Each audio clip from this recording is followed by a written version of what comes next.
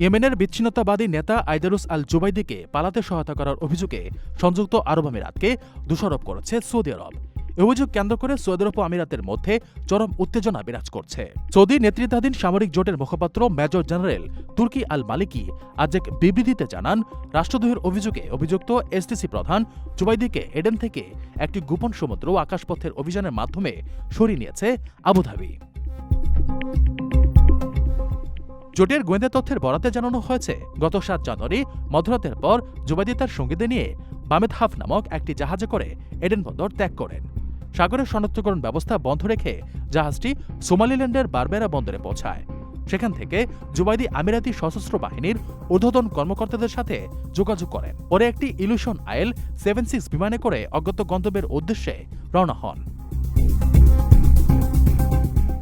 Saudi আরবের দাবি, বিমানটি মোগাদিগু হয়ে শেষ পর্যন্ত আবুধাবির আল রিফ সামরিক বিমানবন্দরে অবতরণ করেছে।